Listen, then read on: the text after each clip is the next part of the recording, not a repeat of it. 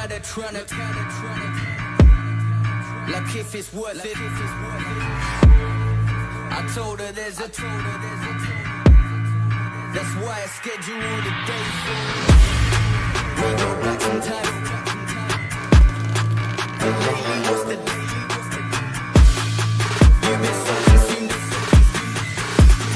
You forgot the whole lot. Just riffing out.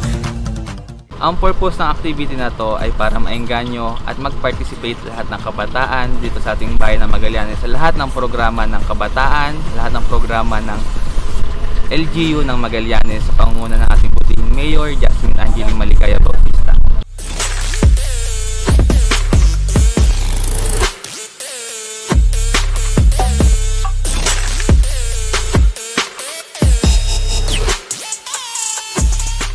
Nagsimula po ako ay 13 years old and 19 na po ako, bali 7 years na akong nag-enduro cross, and marami na po akong nahikayat ng mga kaibigan ko na yun nga, pumasok dito sa sports na to, and para malayo nga sila sa mga ibang bisyo.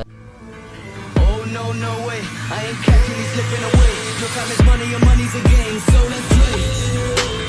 You go first, I know you got something to say. Then on my turn, I'ma tell it to you straight.